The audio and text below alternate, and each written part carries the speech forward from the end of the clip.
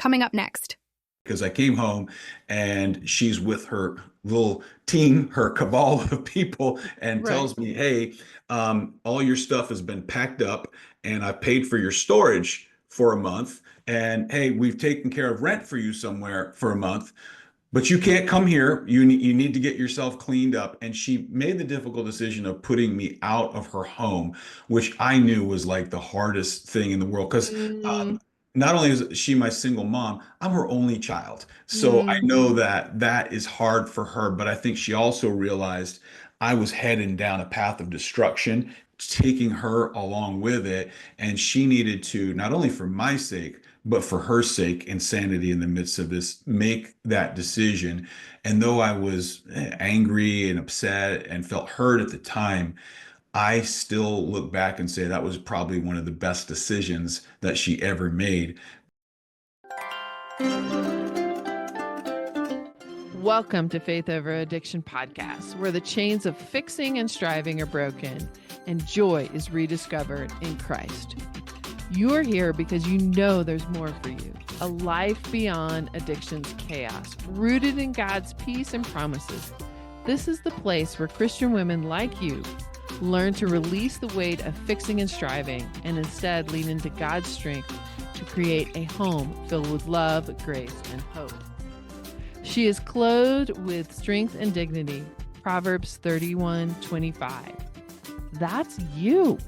You may not feel like it yet, but you are stronger than you know. And God has so much more for you than carrying someone else's addiction. Here, we'll uncover how to set healthy boundaries with love and a little humor.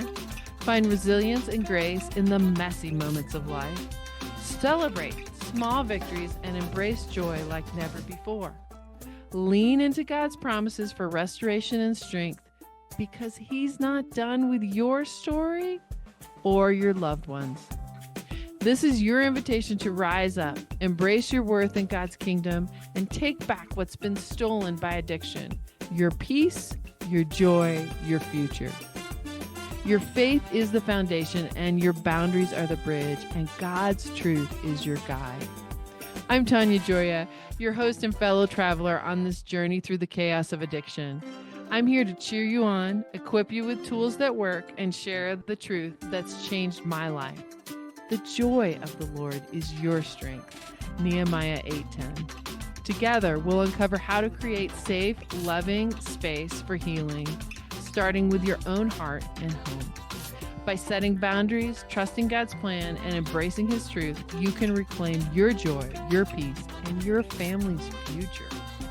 Then you will be able to stand firm for your family and legacy as a kingdom daughter. A woman who can laugh at the days to come, knowing her identity is secure in Christ. So grab a cup of coffee or tea and get comfortable. Let's walk this journey together.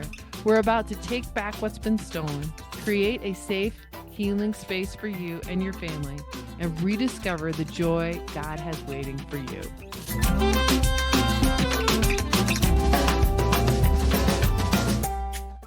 Welcome to Faith Over Addiction. I'm Tanya Gioia, your host. I have Bill LaMorey with me, and he has a very interesting story, and we're going to get into just a touch base of that, from a heroin addict to now a pastor for 25 years. And he's written a book called The Rest of the Man's Show. Tell us a little bit more about that, Bill, and how you got there. You talking about the book or the story? Let's do a mixture of both, because I'm Okay. imagining the book has some story in it. Yeah, absolutely. So, The Rest of the Man's Show, and the subtitle is A Beautiful, Gritty Story and Guide to Bring New Life to Your Soul. It's an interesting book. It's half story, half guide. Act 1, 2, and 3. The first part is about brokenness, and it's sort of my story, but it's not a biography. or nor is it necessarily chronological. It's themes that many people have experienced in brokenness. As you mentioned, addiction is one of those things. Escapism, um, shame, and dealing with broken families and depression, lots of different things that somebody I'm sure can relate to. But then the fun part is Act Two, when we move into sort of redemption, how God redemptively works in all of our areas of the past in brokenness. And over time, we can't see it usually right away, does a beautiful new thing, brings beauty from ashes, and I walk through those themes and again in themes that people can relate to. And then Act Three is all about transformation. And I talk about redemptive, actionable practices that we can all put into practice. It doesn't matter if you've walked through addiction or haven't done that, but we deal with things like making sense of suffering, remediating toxic shame, dealing with temptation, going through the grief process, which a lot of people never do. And Yeah. that leaves them in a place of unhealthiness.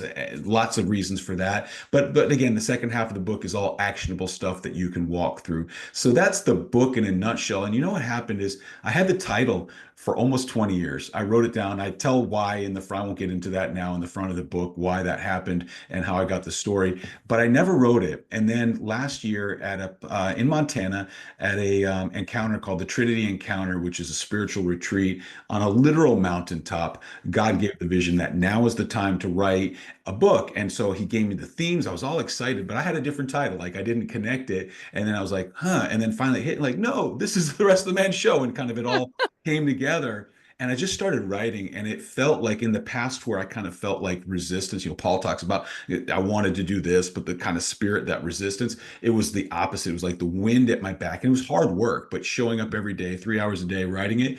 And I cranked out the rough draft 2.5 months. And then, of course, the editing process and the rewrites and all that fun stuff. Right. But that's how it came to be. It was like that old saying, very slowly and then all at once. But I think it's Yes. been like a lifetime in the making, but it came out pretty quickly. Awesome.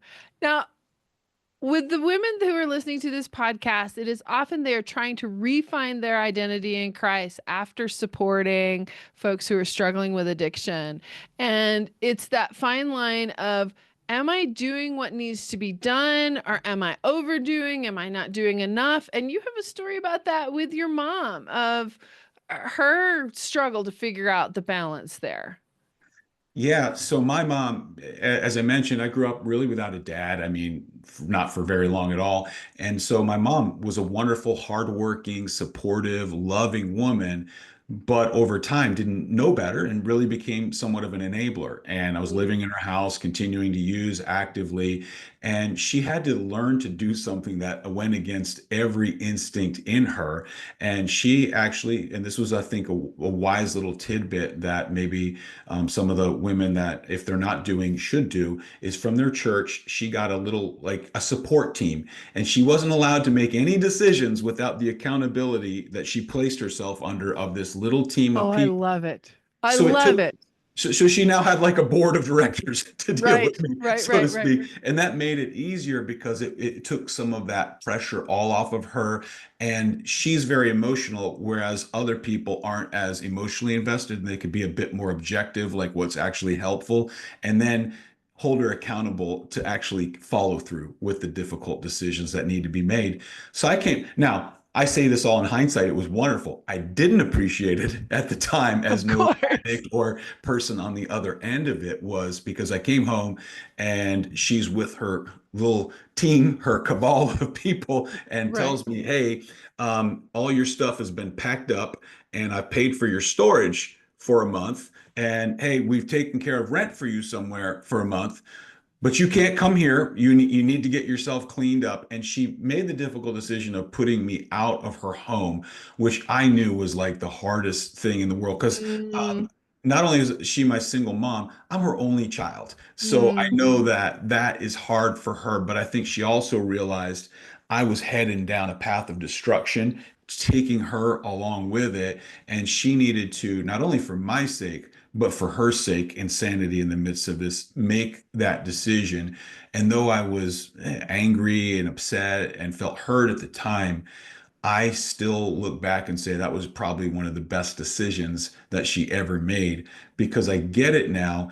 And then her beginning to let me experience some of the consequences that, in a way, she was unintentionally shielding me from is part of what helped me get going. And I'll follow that up with another one, another difficult decision she made. Can we stop right there? Because I think there are Absolutely. some parents who need to hear this is okay, we've gone from a culture of throw everything out on the lawn, be really angry, yell and scream, do all that stuff to where it sounds like your mom and her team very calmly said, I've set a boundary. Here's what's going to happen. You don't have choices about this boundary. I'm not going to leave you homeless. I took care of your stuff, right? And I gave you a way back. Hmm. I mean, that's an incredibly smart parent, an incredibly smart team, because what we've come to understand, and let me know if I'm hitting the right direction, is the person who is using is numbing out Yep. because they're not dealing well emotionally and they don't feel connected. That's right. So No, she that's said, I still want connection. Now, you couldn't come back to the house. What happened during that month? Were you able to see her, call her, be yep. supported by her? So she never withheld relationship from me, and I know in some situations that may be different, but she did not withhold that. Like if I called her and she invited me into her home, I could do that, but I couldn't stay there. I couldn't leave my things there. There were clear boundaries, and one of the things that is kind of this happened before, during, and after this whole process is she never stopped praying for me. You hear the stories all the time, like I'm here because of the prayers of my mom. I absolutely believe that. She never stopped praying. She did that. She prayed for me, and I felt loved, even though it's weird. You feel pushed out, you feel rejected at a certain point, but at the same point, she didn't just cut me off and say, "Hey, don't call me, don't talk to me, whatever." And maybe in a different situation, she would have needed to do that, but I was able to come see her or visit her or call her, whatever. So yeah, she didn't just cut me off entirely, but as you said, she set hard lines and she had a team of people to kind of help enforce that.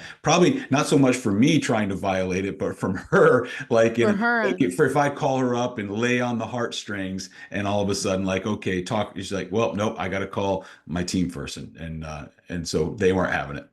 So she actually said that to you.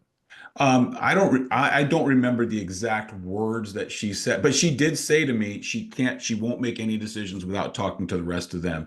Verbatim, like something along those lines. I don't know the verbatim things, but basically she made it known to me that she had to check in with the rest of her team. And that was helpful to me because now all of a sudden I know, like, whoa, there's a team. Like I know how to kind of manipulate or Right. emotionally try to talk to my mom at the time, but now it's like I've got this other people that I don't really know that are speaking into the situation, and I resented it a little bit at the time because who are they? But at the same time, Mm. I look back like you're looking at it like, wow, that was brilliant. It really was smart because it set my mom up for success because she wasn't able to do these boundaries on her own before. And by bringing other people in, it was accountability for her and for me in a sense. So yeah, it was really a smart thing that she did, and I think it was very helpful. Well, and what an amazing church. I mean, I don't even, there are some churches right now, if they don't have a Celebrate Recovery team, even if they do, how would they have the expertise to do this? I mean, that's truly a God incidence right there. And I don't even think they had expertise, honestly. I think it was just a group, and these weren't even particularly people that worked in recovery ministry. It was more just like they cared for my mom. They wanted to see me do well, but they also wanted to see her do well. And they knew that she didn't have a husband. They knew I didn't have a dad, and that there needed to be someone stepping in. Like she didn't know what to do. And it Mm. was more out of care and concern where people just said, I'm not an expert, but I'm going to make myself available, and I'm not, again, emotionally connected to this like you are. So as a team, we can be more helpful. And it was just really that, Tanya. It wasn't like they were making it up as they went, I think. Like I Hmm. don't think they Hmm. had a playbook for this, but it's actually pretty smart. It's amazingly smart, and it does that, maintaining the relationship and setting healthy boundaries. We get confused on, I want to set boundaries. I'm not sure what they are. I'm going to do them really hard and fast rather than setting the time. I mean, think about all the planning that went into what they did for you. There's some other things that are interesting in, you were allowed back because I'm assuming you were not violent. You weren't stealing things. You were respectful to the point that I'm raising young men at this point who are mostly respectful, but sometimes the testosterone takes a hold and they, Sure. run around like wild colts. But you were also doing some actions that maintained this connection. Well, I mean, I was never violent. I never hurt or threatened her or anything like that. There was a period where I got bad enough where I would pawn things that and then try to get them back in time, kind of a thing. So there was violations in that way, but I wasn't just like rifling through, grabbing cash, things like that. So it was enough to where I needed to be put out. But I think she felt comfortable enough with short visits, having me come over and spend that time. So yeah, I think in some situations it would have probably made sense to not have contact for a certain period of time if there was violence or if someone feared some other risks. But I think the threat level, so to speak, was low enough where she felt comfortable having me around. It wasn't like I was a clear and present danger to her as much as I guess that you are in a sense because let me share just this story with you that probably preceded that. So I actually I went to her house and she was out of town and I ended up using drugs and I was with the young woman and she overdosed and Oh. she was turning blue and I called 911 and all of a sudden the paramedics come storming in followed by the police officers. They Mhm. brought this young girl back to life, thank God. I'm sitting there the whole time, but then she was terrified. She told the police kind of where the drugs were, and so she was taken away in an ambulance. I was taken away in a police car with handcuffs, are arrested for possession. And, who wants that in their household, in their neighborhood? So there was chaos that it was bringing into her home. That led to another difficult decision, which I assume she made with her team. I don't really know, but I assume she did. Is when I was arrested, I was terrified. I was like, man, I'm not cut out for this kind of thing. And I'm in there and I'm pleading with her to please, please, please bail me out. And she wouldn't do it. And except she said, if you go to this Christian program, Calvary House, then I'll bail you out. I'm like, I don't want to go to that. And so and then after 4 days, battle of the wills, I broke down and said, fine, I'll go to this Christian program. And then, only then would she bond me out if I'd go directly in, which I did. And that took a while. And God eventually used that ministry to really turn my life around. Fun story. I years later became the director of that ministry. But Awesome. yeah, God has a funny way of kind of bringing things full circle. But prior to that, during that whole season, she had to do some of those things, like put her foot down and really say, no, this is a hard line. We're not going, again, like you said, lovingly, still care, still maintain relationship, but she had to be firmer than she was comfortable with and firmer than she was used to being in order to really help me and help her. And that definitely happened that season. And when we're talking about this, you are what age? I'm 53.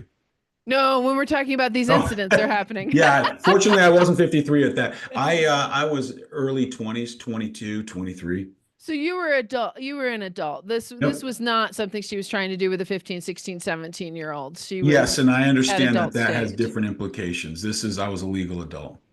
So the procedures may be somewhat similar, but what care happens afterward might be different in leaving you in jail in those types of things. That's a decision that each parent has to make when that happens, but things might be different. I just wanted to bring out what age you were because it sounded like you were over the legal age at that Yeah, point. yeah, nope, for sure. And yet I was still kind of in that space, not finding my way, failure to launch kind of thing. Yeah, absolutely. So you dovetailed into this Calvary program. Um, what did you gain from that? Because we hear all of these stories of we've been to this rehab and that rehab and the other rehab and that didn't work and that didn't work. What was it that even brought you back? So yeah, it was the same thing. I had been through numerous detoxes, rehabs, and 28-day programs, and done everything, acupuncture, all the things they kind of tell you to do, Right. and none of it was really working. But at Calvary House, I managed to get kicked out 3 times before I finally completed and successfully graduated the program. And what it was is I remember one day I was sitting and all these programs are either in the hoods or the woods because people don't want you in like your regular day neighborhood. That's if you think about it, that's where they always are. This one was in the hood. And so we were there and I looked out this window and there's drug deals taking place across the street. There's prostitutes over here, just various crime. You look out the window, but it was a Right. beautiful Florida sunny, sunshiny day and it was shining through and it just hit me hard like I'm at a fork in the road right now that if I go one way, I'm back to kind of what's out that window, but worse. But God is offering me a different path. And I had, when I was a younger kid, kind of made a profession, but I had strayed far and far away from that. But it really hit me that I was kind of in there fighting God. And really, it hit me that that's who I needed the whole time. So for me, I have to give credit to Jesus because I really felt that invitation in that moment and I wish I could tell you that I just believed he would take everything and turn it around, but I believed it was like my one shot. Like, this is the only thing and nothing else has worked. And I cried out. And I take that day as like a turning point, and a lot of things began to change after that. It was still a battle. We had still a lot of the past to work through. I get into a lot of that in the book, how God helped me navigate through a lot of that. But there was a whole redemptive process that began. It was like once I took that seriously, then I began to take the program seriously and began really working through some healing things, which was also a big part of it. Because I think in the past I would gloss over things. Like one of the things I talk about in the book is freedom and forgiveness. But there were things I wasn't willing to forgive that was holding me back, and I was staying mentally and emotionally immature because I wasn't dealing with things. Even after I was not using drugs, you just kind of shove it down, shove it down, shove it down, and not deal with it. But it just keeps coming back up for you to have to deal with in some form. So that was kind of a turning point, and that I believe is what led me to freedom and to it actually working for the first time. Can we talk about that piece of there's some, and you've worked with enough families. There's something in the family that's like if they would just stop using whatever, it could be anything, videos, porn, actual substance, work, whatever. If they would just, then the mortgage would get paid. The kids are going to be okay. Everything's going to be fine. That's not true. That's Mm-mm. not a true statement. So when you said, I was not willing, you basically said, I'm not willing to accept the freedom that Jesus is going to give me and grow up. What Yeah. what made you step through the threshold? Well, let me give you a funny example of exactly what happened one day in the Calvary House. So we had an exercise called going through your houses, where you'd literally go through the houses you kind of grew up in and talk about what happened. And because what they're trying to do through the exercise is extract all the baggage that you're carrying around with you that you may not be aware of. And so we got to the point where when I grew up, when I had a stepdad, my dad died when I was like 5, but we had a stepdad. He was an alcoholic. He was physically abusive to my mom, and I'd watch him punch her. And as a 6-year-old, made me angry. I wanted to kill him. So I Mhm. casually talked about that and kind of moved on. And one of the guys like, wait a minute, you just kind of slipped right past that there.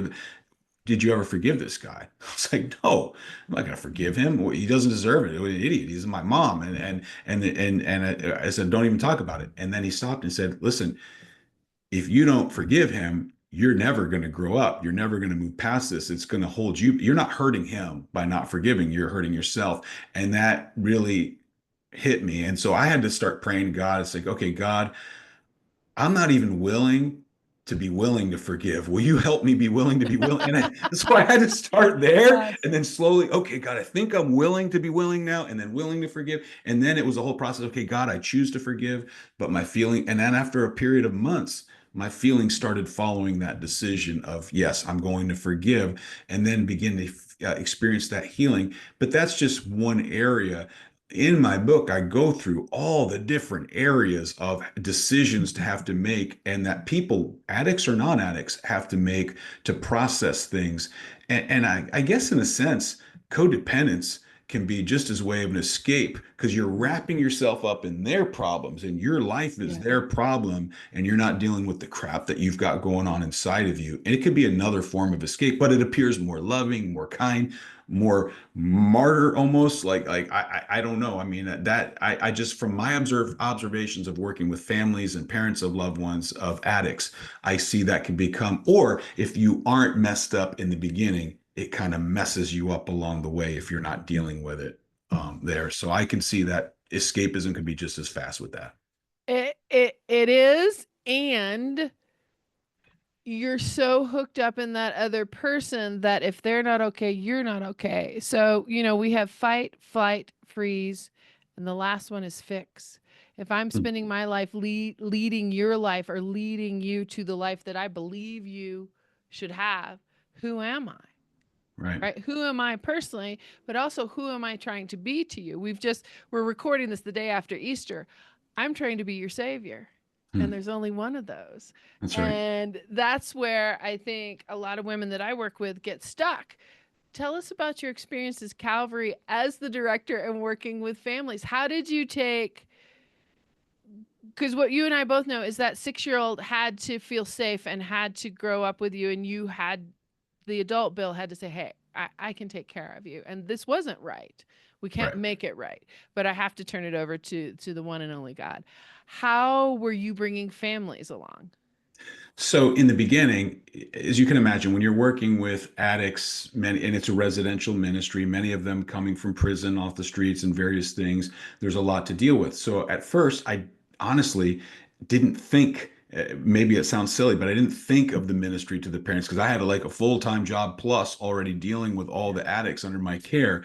But funny enough, I wish I could tell you, Tanya, it was just out of such compassion that I had to start dealing with these. But honestly, it was they're holding me back from doing my job, like by making it worse. And I'm like, man, I gotta deal with. And then I realized, oh gosh, they need help. And you know what? It just happened one day when this woman called me up and she said, Bill, I don't know what to do. Because you've accepted my son in the program, but he won't come. I said, well, what's the problem? He's like, well, he's in a hotel right now and he's drinking. And I said, well, how's he there? I said, I thought he didn't have a job. Oh, well, we gave him our credit card. And then, so you're paying the bill? Yes. Well, how's he getting alcohol? I think he's charging it to the room. She's like, what do I do? I said, well, what I recommend is you call the crack dealer and deliver it to his room. And she's like, what are you talking about? And I said, you're basically doing that right now. And I had to kind of sometimes you have to shock to get to like help people see kind of and I got to listen, you're enabling him. You need to cut off the credit card. He's never, why would he leave that situation that you've got him in right there? And that made me realize that I've got to minister much more to the family for the sake of everyone involved. That led to me talking to the church, and I ended up developing a class called How to Minister to an Addict, which was designed not for the addict, but the family members, the friends, the loved ones, to help them educate them more of what their loved one is going through, but also equip them how they can better serve, build their own boundaries, and help them and help themselves along the way. So it really came out of the frustration of trying to help, but really being hindered by people that were very loving, but sort of misguided in how they were approaching their desire to help the people they cared about.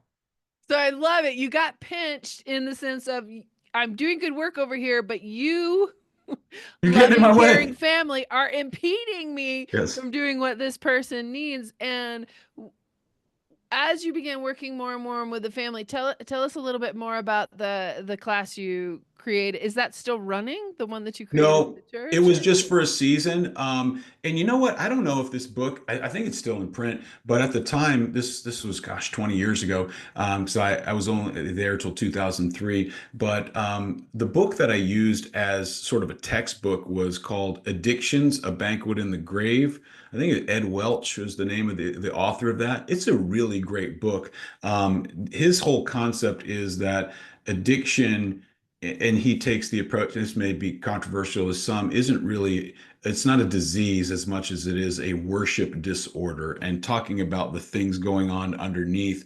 And I really tried to help them see that. And he has some real practical things that are inside of there. So I used that as a textbook, and I just took some of the experience of my own life, my mom's life, and working with lots of the guys, and kind of brought that in, and then did some practical, workshop type stuff with them, talking through things. So yeah, that class hasn't been, I don't know if they've done anything else since then, but it was just something we developed out of necessity in the moment.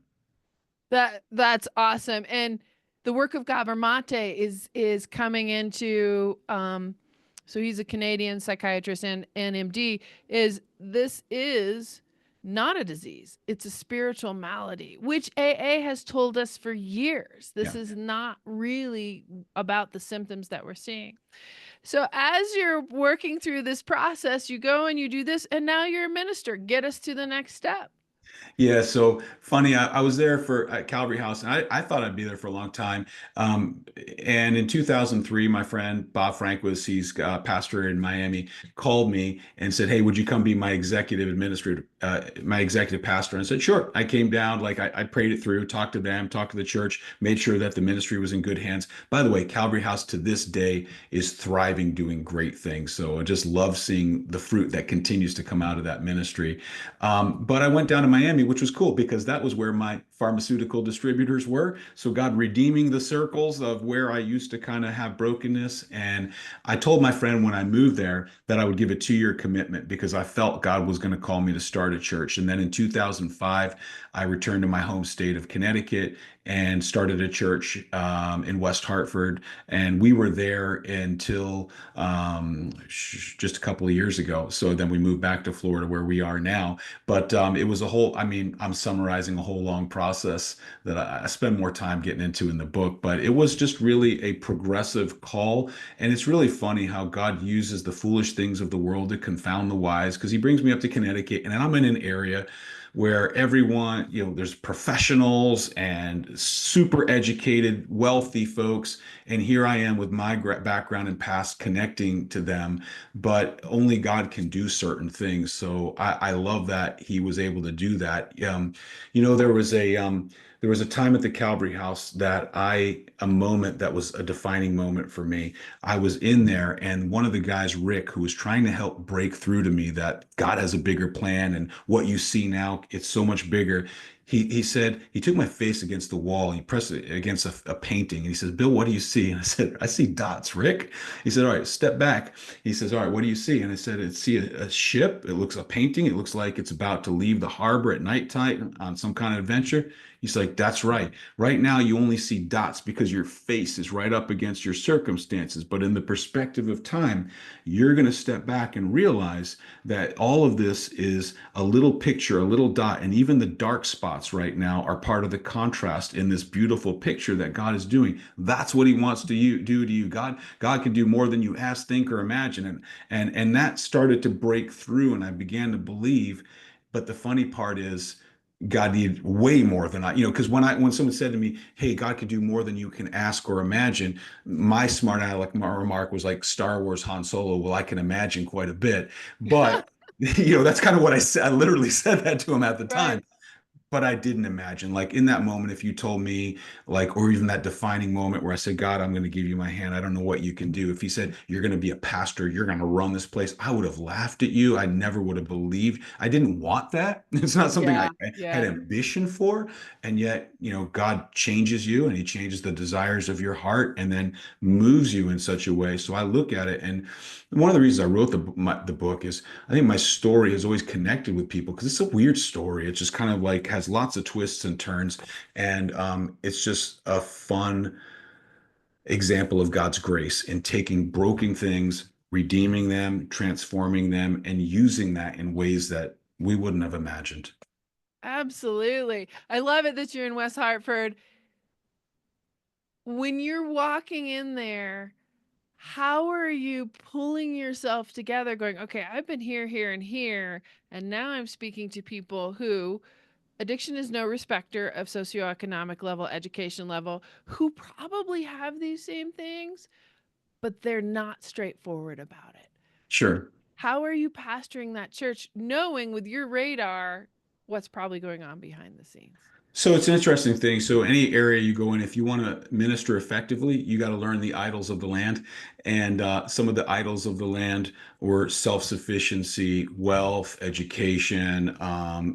So you speak to those things in your messages because the Bible speaks to those things. So you kind of Right. move those forward. But I also shared my story. I realized it was important to be vulnerable. I didn't hide that. And as I shared that, as I spoke to the idols, hit those, but also shared myself, then I would have people come up will say, hey, I struggled with addiction or alcoholism, and this is what God's doing in my life, or hey, I'm struggling with that right now, and then I could begin to address it.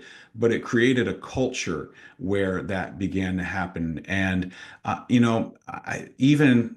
The reason we left, and I'm going to fast forward to that like 18 years later, is my wife began to experience significant seasonal affective disorder to the point where it just broke her down, a complete mental, emotional break. We had to get her out of there for her own well-being. She's doing great now, but she is a private person and she gave me permission to share that. And when we did a whole series on, because we realized a lot of mental health issues weren't being addressed in the church and depression, and so we did a whole series and she let me speak on that. That changed the culture of the church again, because now all of a sudden people were coming forward sharing all that they're dealing with. We're doing small groups, we're telling people to be open about what God wants to do in that area and bring healing. So I guess just the openness to know in, address the idols, realize that because I have a background in business too, that's one of the areas God left me before ministry. I could relate to a lot of the business folks, so that part was easy enough. But I think then lowering your guard and being open with your experiences, and later with my wife's experiences, lets people know it's okay to lower their guard and be vulnerable as well. Maybe not all at once, but over time. Yeah. All right. So you just walked into where I was going was it's full circle. So your mom years ago, 30 some odd years ago, got a team at a church that maybe was not prepared for this because Celebrate's only been around for like 30, 35 years. Yeah, they didn't have anything like that at the time. Yeah, and AA is 100 years old at this point, so whether they were using some of those tenets or not, who knows. Now you're in the church and you're telling your story, being vulnerable. If there are women listening thinking, I would really like to talk to my pastor about this, but that feels scary.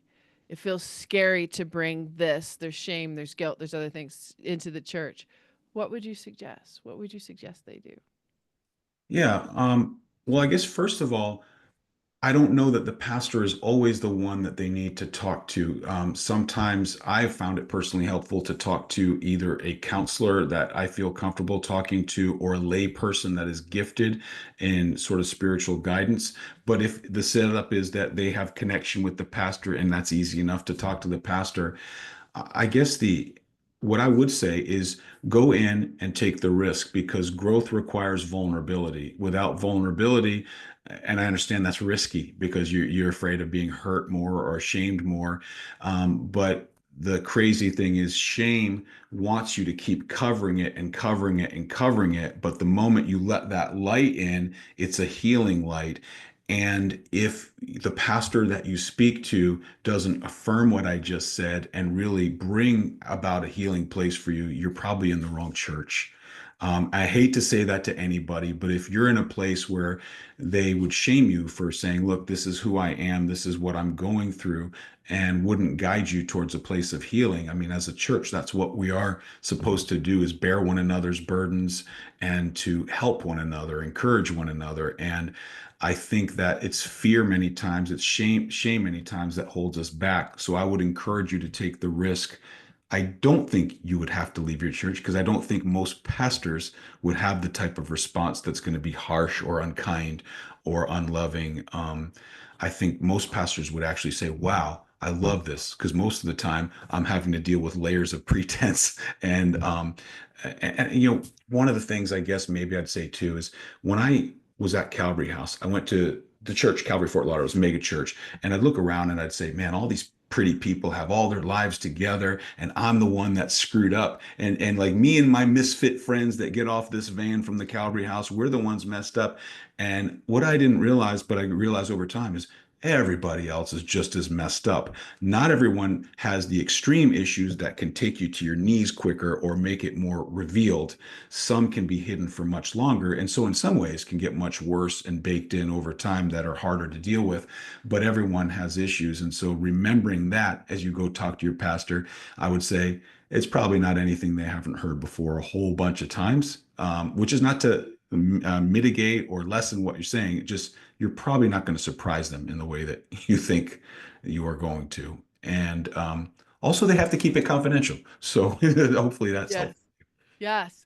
Well, and I like what you said. There may be a Sunday school teacher or a leader or a lay person that you already connect with. Yeah. And they may be the person to talk to as well. And that's the premise I like to think about church on is it has a hospital wing to it. Yes. It's not just worship. It's not just preaching. It has a hospital wing where I can come and say, hey, I need some support. I need some help. And it's not about throwing somebody under the bus. I don't want you to go and do something about it right now. Let's just talk about it. Let's bring it to the Holy Spirit. No, that's right. And if truthfully, what you said about bringing it to someone else is the reason I say that is sometimes we don't all have the gifts of the Holy Spirit. They've been distributed so that we all need one another. And sometimes a pastor, you're like, oh, I want to talk to them because I feel like I know them because they teach. And but the thing is, some of us are terrible counselors. Like we're not Yes. the best one. Yes. And so like I used to tell people, like, I'm good to sit with you, but for ongoing counseling, I'm the last guy you want. Like, let me, over here, this person, they're wonderful. They've got the gift of compassion and mercy and all the things that you're going to need to go the journey with you. So I guess that's what I mean is don't think it has to be one person because if I look at one of my chapters is called the Long Shots Heroes, and it's a list of heroes, not just pastors, but of people along the way, even family, but friends and other things that have come alongside and played a part. And I think, yeah, but talking to someone, back to your main point, is important and opening up. I think think about my mom, back to that team. She had to open up and she had to make herself vulnerable and say, I need help. I'm not able to do this and share all those problems for which maybe she feared someone would judge her. Instead, they formed a little team and they helped her and it helped move things along. And I think in the same way, I guess that's what I'd say to the women listening that might be afraid is, well, you can stay afraid, you can stay ashamed, or you can get help and you can do it today. And you can kind of, God, give me the strength because I don't want to do it. God, I'm afraid. Yes. Help me overcome that fear. Help me step forward in that fear. God, I feel ashamed. But understand that's the place of the enemy to kind of keep you captive and say, I'm going to step forward and just give me the grace and the strength to take the step. And you'll be amazed, not that everything is immediately healed, but how quickly it feels not as weighty because you've begun to let someone else in and let light shine in that. Absolutely. It's the same as the addict's dilemma of if I can keep this in the darkness, then maybe this will just stay hidden. The family is thinking very similar things. Maybe we can just solve this internally. Maybe we can keep it in the darkness. And that is the enemy. That is the Yeah. enemy saying, let's just let's be quiet. Tell us more about where to find your book, where to find you, what you're doing right now. Yeah, so right now I'm working with a church in Cape Coral, Faith Generation. I'm kind of working with them on a temporary basis.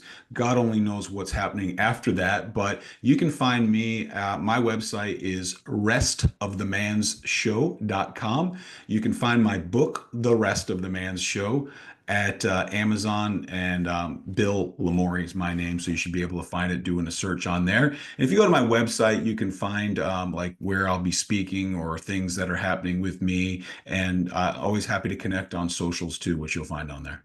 All right. Thank you so much, Bill. Thank you for bringing the light. Really appreciate it. Thanks, Tanya. Thanks so much for tuning into the Faith Over Addiction podcast. Remember, nothing changes until something changes. Today is your day to step out in faith and make a difference. You are a daughter of the King, a woman who can spark incredible ripple effects of hope and healing, not just in your own life, but in your family, your community, and God's kingdom. If this episode encouraged you, bless someone else by sharing it. Send it to a friend who needs a little hope or post it on Instagram and tag me. I'd love to hear what resonated most with you. And hey, If you're ready to reclaim your God-given identity and create a safe, loving space for yourself and those you care about, let's talk.